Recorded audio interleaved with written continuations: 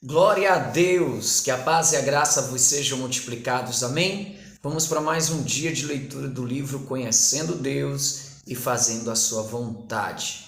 E é tremendo isso que nós estamos aprendendo, né? A gente está na unidade 6, que fala sobre crise de fé. Eita Deus de poder!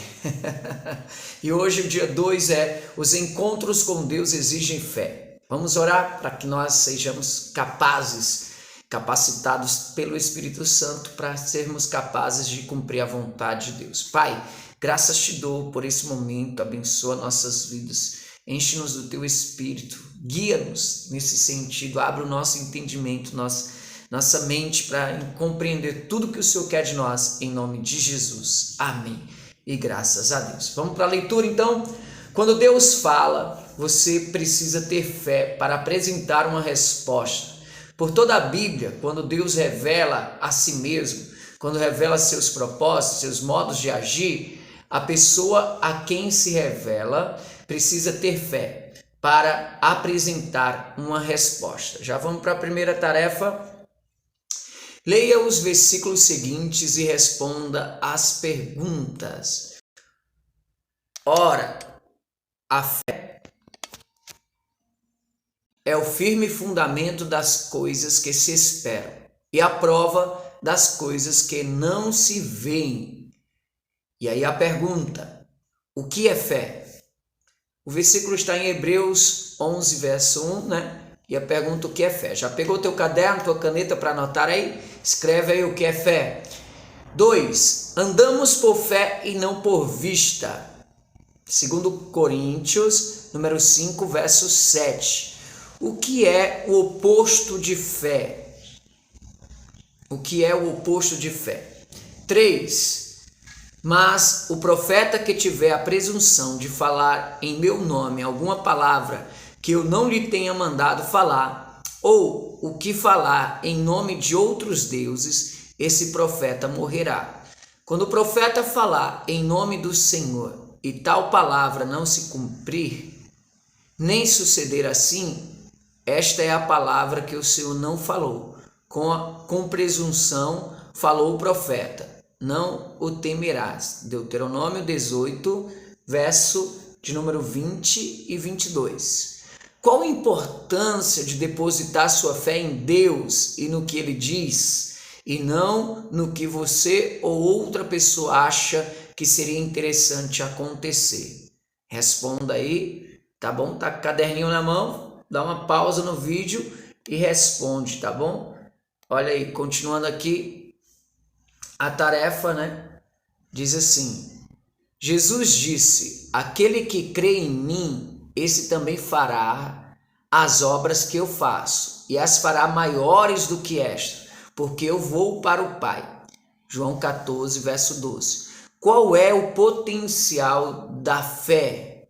Eita, muito importante você responder, né?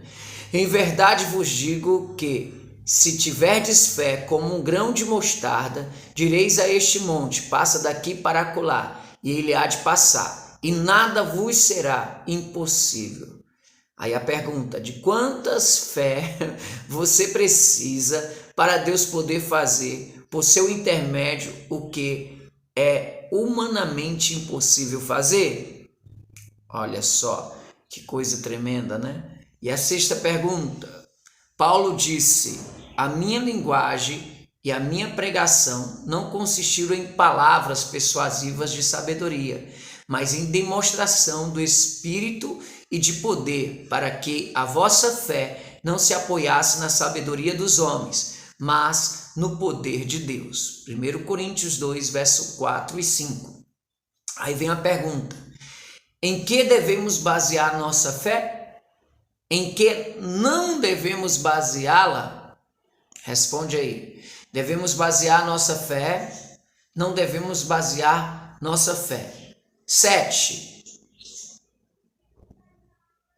Se não o credes, certamente não haveis de permanecer. Isaías 7, verso 9. Cite um dos perigos da falta de fé. Amém? Então, Dê uma pausazinha no vídeo, responda as perguntas e vamos aqui que eu vou continuar a leitura, tá? A fé é a confiança de que o que Deus disse ou prometeu vai acontecer. Andar pelo que vemos é o oposto da fé. Se você pode ver claramente como algo pode ser realizado, é bem provável que este caso não exija fé. Você se lembra do caso do orçamento de nossa igreja? Se tivéssemos escolhido operar na base do que sabíamos que éramos capazes de fazer, não seria preciso fé. E eu quero colocar o quadro que tem aqui, ó, esse quadro, diz assim: ter fé era crer que o Deus que nos chamara para assumir aquelas responsabilidades era o mesmo que provia os recursos para a sua realização. Uau, isso é tremendo. Deixa eu continuar a leitura. Você não deposita fé em um conceito ou ideia. A fé tem de ser em uma pessoa, o próprio Deus. Se você decide que seria bom que uma determinada coisa acontecesse e leva as pessoas a terem fé ou crerem que isso acontecerá, você está em uma posição perigosa. A fé só é válida se for em Deus ou no que Ele diz que fará. Se o que você espera que aconteça provém de si mesmo e não de Deus, terá de depender do que você é capaz de fazer. Antes de convocar a si mesmo, sua igreja ou sua família a exercer fé, certifique-se de que você ouviu uma palavra da parte de Deus. Nada é impossível se a pessoa tem uma fé do tamanho de um grão de mostarda. Apenas um grão de mostarda apenas. Grão esse muito pequeno. Jesus disse que seus seguidores fariam coisas ainda maiores do que ele havia feito. Nossa fé, portanto, deve se basear no poder de Deus, não na sabedoria humana. Sem uma fé firme, você vai tropeçar e cair.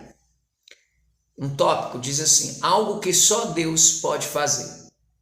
Moisés não podia livrar os filhos de Israel do exército de Faraó, atravessar o Mar Vermelho a pé enxuto, tirar a água da rocha, nem oferecer carne e pão para o povo comer. Moisés tinha de ter fé que o Deus que o chamara faria essas coisas que havia prometido fazer. Josué não podia conduzir os israelitas pelo Jordão a pé enxuto, derrubar os muros da cidade, derrotar os inimigos, nem fazer com que o sol parasse. Só Deus podia fazer essas coisas. Josué tinha de ter fé em Deus. Os discípulos. No Novo Testamento, o mesmo aconteceu com os discípulos. Por si mesmos, não seriam capazes de alimentar as multidões, curar os enfermos, acalmar a tempestade, nem ressuscitar os mortos. Somente Deus poderia fazer tais coisas. Mas Deus chamou servos seus para que pudesse fazer essas coisas por meio deles. Quando Deus lhe disse o que quer fazer por seu intermédio, essa obra será alguma coisa que só Ele mesmo pode fazer. O que você crê acerca de Deus há de determinar o que você fará. Se tiver fé no Deus que o chamou, obedecerá a Ele e Deus fará acontecer aquilo que está em seus propósitos. Se lhe faltar fé, você não fará o que Ele quer. Isso é desobediência. Jesus questionou as pessoas ao seu redor: e por que me chamais Senhor, Senhor, e não fazei o que eu vos digo? Lucas 6, verso 46. Jesus frequentemente repreendia seus discípulos pela falta de fé e a incredulidade deles. A incredulidade deles revela que não tinha chegado a conhecer quem Jesus era e assim não sabiam mesmo o que ele era capaz de fazer. Vamos para mais uma tarefa? Responda as seguintes perguntas. O que Deus queria fazer por meio de Moisés, que só Deus podia fazer? O que Jesus queria fazer por meio de seus discípulos, que só Deus podia fazer? Quando Deus convida uma pessoa a fazer alguma coisa que só Ele pode fazer, qual a reação que se espera dela? 4. Se a pessoa desobedece, o que isso indica? 5. Se a pessoa obedece, o que isso indica? 6. Seu versículo para decorar, Hebreus 11:6, diz: porque a fé é importante. Escreva este versículo. Uau! Escreve aí o versículo. Escreve tudo isso no caderno. Aprofunda nisso que Deus vai estar fazendo maravilhas em sua vida. Vamos continuar a leitura aqui. Moisés e os discípulos tiveram de ter fé. Quando Deus chama alguém para se juntar a Ele, para realizar uma tarefa tão grande quanto Ele mesmo, a fé será sempre exigida. A obediência é sinal de fé em Deus. A desobediência frequentemente indica falta de fé. Sem fé, a pessoa não pode agradar a Deus. Sem fé, uma igreja não pode agradar a Deus. Enfrentamos os mesmos problemas que os personagens bíblicos enfrentaram. Deus fala e o que Ele fala exige fé de nossa parte. Nosso maior problema, no entanto, é que estamos centrados em nós mesmos. Pensamos que temos de realizar nossa tarefa com o nosso próprio poder, com os recursos de que dispomos naquele momento. Geralmente pensamos: não posso fazer isso, isso é impossível. Esquecemos-nos de que, quando fala, Deus sempre nos revela o que está para fazer, não o que quer que façamos para Ele. Juntamo-nos a Ele de modo que possa fazer sua obra por nosso intermédio.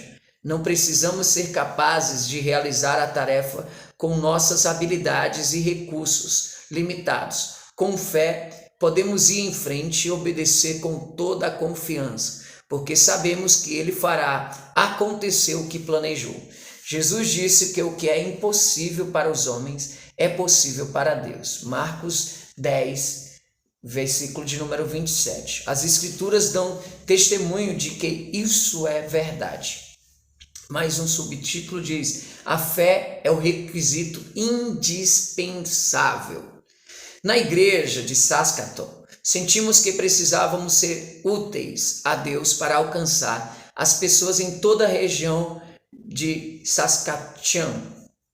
A província tinha mais de 200 cidades e vilas. Isso significava que tínhamos de dar início a novas igrejas e missões.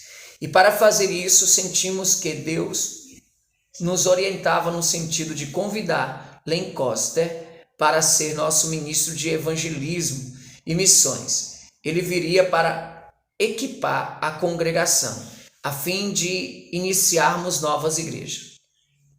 Durante 14 anos, Len e Ruth estiveram à frente de pequenas igrejas. Len era tão dedicado ao Senhor que trabalhou por 14 anos como frentista em postos de gasolina para poder pastorear. Sem um pastor que tivesse parte do seu sustento garantido por outra atividade, essa igreja ficaria sem assistência pastoral. Naquela altura, Len e Ruth tinham conseguido economizar $7.000, esperando um dia ter dinheiro suficiente para comprar uma casa. Quando Len teve a certeza absoluta de que deveria vir para nos ajudar a iniciar igrejas novas, eu lhe disse: Len, nós não temos dinheiro para fazer sua mudança, nem para lhe pagar o salário. Ele disse: Harry, o Deus que me chamou me ajudará. Nós pegaremos o dinheiro da poupança e faremos a mudança. Mais tarde ele veio ao meu escritório para me dizer o seguinte: Harry, eu e minha esposa oramos, conversamos a noite toda. Venho desempenhando 2 funções durante 14 anos e não tenho nenhuma dificuldade em trabalhar também em outra coisa para prover as necessidades de minha família. As necessidades daqui são muito grandes E a orientação que estou recebendo de Deus é que me dedique totalmente ao trabalho missionário. Minha esposa e eu reconhecemos ontem à noite